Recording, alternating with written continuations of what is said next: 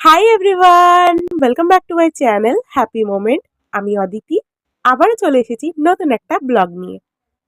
এখন রেডি হয়ে আমি আর দিদি বেরিয়েছি একটু বাজারে যাব বলে। কেন বাজারে যাচ্ছি সেটা তো তোমাদের সাথে শেয়ার করব। জানতে হলে শেষ পর্যন্ত দেখতে থাকো। যখন নদীর ধার দিয়ে হেঁটে হেঁটে যাচ্ছিলাম, হঠাৎই চোখে পড়লো আমাদের নদীতে এত সুন্দর কচুরিপানার ফুল হয়েছে, সেটা দেখতে ভীষণ সুন্দর লাগছে। আর বাজারে পৌঁছেই টুকিটাকি কাজ ছিল। সব কাজ সারার পর আমরা দুই বোন গিয়েছিলাম একটু ব্যাগের দোকানে, কারণ আজকে দাদা বৌদির অ্যানিভার্সারি। তাই আমার আর দিদির নেমন্তন্ন ছিল। তাই বৌদির জন্য একটা গিফট নেব বলেই ব্যাগের দোকানে গেলাম। এখানে তো ব্যাগের দোকানে অনেক রকমের ব্যাগ ছিল। সব ধরনের ব্যাগ দেখা শেষে কয়েকটা বটুয়া কাকু আমাদেরকে দেখাচ্ছিল। আর এখানে বেশ সুন্দর সুন্দর বটুয়াগুলো ছিল। তার মধ্যে আমি আর দিদি দুজন মিলে বৌদির জন্য একটা বটুয়া সিলেক্ট করলাম। আর এই বটুয়াটাই আমরা কিন্তু নিয়েছি। আর একটা কথা তো সবাই খুব ভালো করে জানে যে মেয়েদের ব্যাগ, কানের এগুলোর প্রতি কতটা পরিমাণ দুর্বলতা থাকে। আর এখানে এত সুন্দর সুন্দর ব্যাগ ছিল যে আমরা ওখানে সুন্দর সুন্দর কয়েকটা ব্যাগ বার করে দেখছিলাম। আর এদিকে কাকু বৌদির জন্য নেওয়া গিফটটা আমাদেরকে খুব সুন্দর করে প্যাক করে দিচ্ছিল। আর আজকে শুধুমাত্র বৌদির গিফটটা নেওয়ার জন্যই তাড়াহুড়ো করে বাজারে এসেছিলাম। বৌদির গিফট এখন নেওয়া হয়ে গেছে, এখন আমরা দোকান থেকে বেরিয়ে যাব। বাজারের কাজ আমাদের অলমোস্ট সারা হয়ে গেছে। এখান থেকে বেরিয়ে এখন আর কোনো কাজ নেই, সোজা চলে যাব এখান থেকে টোটো করে বাড়ি। তাই কিছুটা হাঁটতে হাঁটতে গেলাম, কারণ এখান থেকে একদমই টোটো পাওয়া যাচ্ছিল না। কিছুটা হেঁটে যাওয়ার পর পেয়ে গিয়েছিলাম একটা টোটো। এখন টোটোয় উঠে পড়েছি।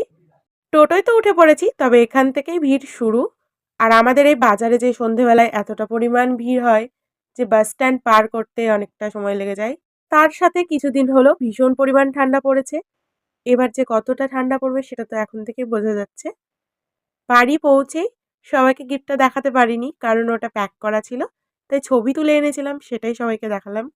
চাটা খাওয়ার পর এখানে আমার দিদি রেডি হচ্ছে, আর হিয়া বোনও রেডি হয়ে গিয়েছে। কিন্তু আমি একটুও রেডি হইনি, আমি যেভাবে বাজারে গিয়েছিলাম ঠিক তেমনটাই আছি। আর এই যে গিফট নিয়ে এখন আমরা যাচ্ছি ওদের বাড়ি। আর এখানে পৌঁছে দেখছি এরা কিছুই করতে পারেনি, সব ডেকোরেশনের জিনিসপত্র পড়ে রয়েছে। আর বৌদি দাদা ওদিকে রেডি হচ্ছে। চলো কিছুক্ষণ দাঁড়ানোর পর আমাদের বৌদি এদিকে রেডি হয়ে চলে এসেছে। আর এখানে হিয়া আর আমার দিদি দায়িত্ব পেয়েছে হ্যাপি অ্যানিভার্সারির এটাকে টাঙানোর। দাদা বৌদির এটা সেকেন্ড অ্যানিভার্সারি, আর দিনটা ছিল 4th ডিসেম্বর। আর এই ভিডিওটা কিন্তু আমি একদম চুপচুপ করে বানিয়েছি, কেউ জানে না। এখানে দাদা নিজের অ্যানিভার্সারি বলে কথা একটু সাজুগুজু করছিল, আর বৌদি ওখানে হাসছিল দাদার সাজুগুজু দেখে। ওরা তো সাজুগুজু করছে, বাইরে এসে দেখছি এখানে দিদি হ্যাপি অ্যানিভার্সারি এটা টাঙাতে ব্যস্ত।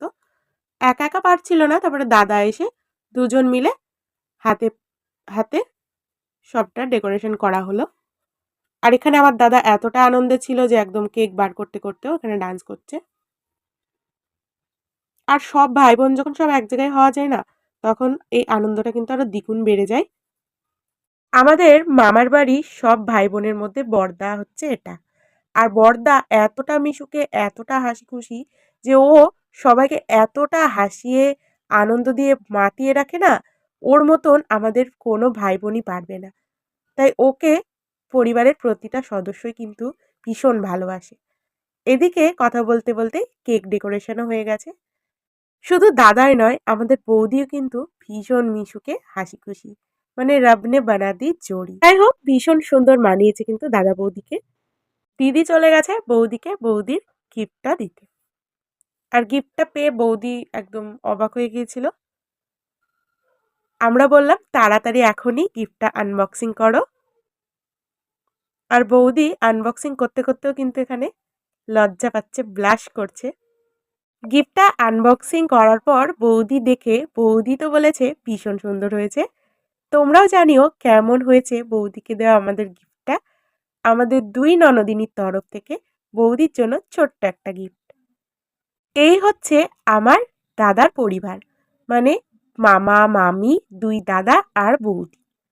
ওদের ফটো তোলার পর আমরাও সবাই মিলে একে একে সেলফি, ফটো সবকিছুই তুলেছি। আজকে ওদের লাইফের একটা খুব স্পেশাল ডে, তাই আমরা সবাই মিলে সবার ফোনে ওদের সুন্দর সুন্দর কাপল ফটো, তার সাথে সুন্দর সুন্দর মোমেন্টগুলো ক্যাপচার করে দিয়েছি। দাদা একটা গোলাপ এনেছিল যেটা বৌদিকে দিচ্ছিল, আর বৌদির মুখে তো শুনতেই পেলে যে দাদা গোলাপটা দিচ্ছিল কিন্তু সেটা ছাড়তে চাইছিল না। তাই এটা নিয়ে আমরা খুব হাসাহাসি করেছি। আর হাসিটা শুনে তো বুঝতেই পারছো ক্যামেরার পেছনে আমাদের ফুল ফ্যামিলি ছিল। সবাই মিলে বলেছিলাম দাদা বৌদিকে কাপল ডান্স দেখাতে। দাদা বৌদি আমাদেরকে কাপল ডান্স দেখিয়েছিল। এখন হবে cake cutting. Once again happy anniversary দাদা বৌদি। অনেক অনেক ভালো থাকো তোমরা দুজন। দেখতে দেখতেই তোমাদের বিয়ের ২টো বছর কেটে গেল। সারা জীবন তোমরা এইভাবেই দুজন একে অপরের সাথে থাকো। আর ভীষণ ভীষণ ভালো থাকো।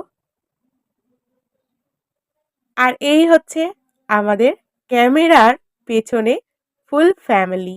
মানে ওখানে আমরা যারা যারা উপস্থিত ছিলাম সবাইকে একটু দেখিয়ে দিলাম।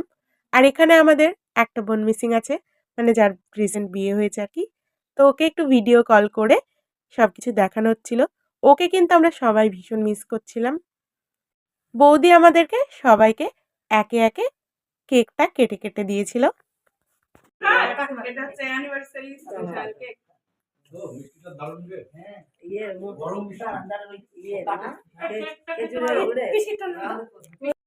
এখানে সবাই কেক খেতে ব্যস্ত, আর কেকের প্রশংসা করতেও সবাই ব্যস্ত। মানে কেকটা এত সবার ভালো লেগেছে।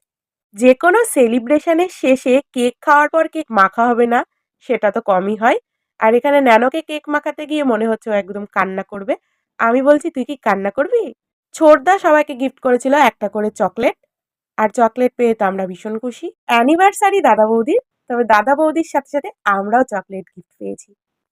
তো দুজনা চকলেট পেতে এখানে খাওয়া শুরু করে দিয়েছে। আর বৌদি ভাবছে যে কি করবে, বৌদি কেক পাইনি আঙুল চাটছে। কাটিং করতে করতে অনেকটাই রাত হয়ে গিয়েছিল, তাই সবাই মিলে একসাথে বসে খাওয়া দাওয়া হয়েছিল। খাওয়া দাওয়ার পর সবাই এক জায়গায় হলে যা হয় আর কি, আর কোনো ভিডিও ক্লিপ নেওয়া হয়নি। তারপর এখানে দাদার ঘরে বসে বসে সবাই মিলে ফুল নিয়ে ছোড়াছুড়ি করছিল। সবাই মিলে দাদার অ্যানিভার্সারিটা অনেক আনন্দ করে কাটালাম। যদি আজকের ব্লগের কিছু পার্ট ভালো লেগে থাকে তাহলে অবশ্যই চ্যানেলটাকে সাবস্ক্রাইব করে দিও। আবার আসবো নতুন ব্লগ নিয়ে। ততক্ষণের জন্য টাটা।